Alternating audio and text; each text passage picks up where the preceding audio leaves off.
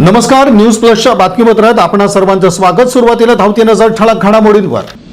ज्येष्ठ नेते सुशीलकुमार शिंदे यांचा गौरव, पुण्याच्या सिम्बायोसिस कडून डिलीट पदवी प्रदान। शहरावरील घोंगावणारं जलसंकट अखेर टळलं, जलसंपदा विभागाची थकबाकी पालिकेनं केली जमा। देवर साम्राज्य जलमहोत्सव सोहळा भक्तिभावानं साजरा, दिवसभर विविध धार्मिक कार्यक्रमांचं आयोजन। महाराष्ट्र गोवा बार काउन्सिल परिषद निवडणूक शांततेत, सोलापुरात 2445 पैकी 1595 विधिज्ञांनी केलं मत।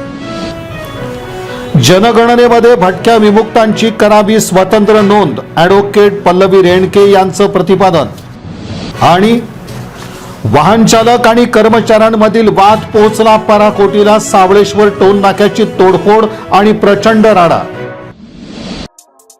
या बातमीपत्राचे प्रमुख प्रायोजक प्लॅटिनम मॉल इंद्रधनु सोलापूर। सोलापुरातील सर्वात प्रतिष्ठित इंद्रधनु सोसायटीचा नवीन भव्य कमर्शियल प्रोजेक्ट आता रेल्वे स्टेशनच्या अगदी शेजारी, शहराच्या मध्यवर्ती ठिकाणी।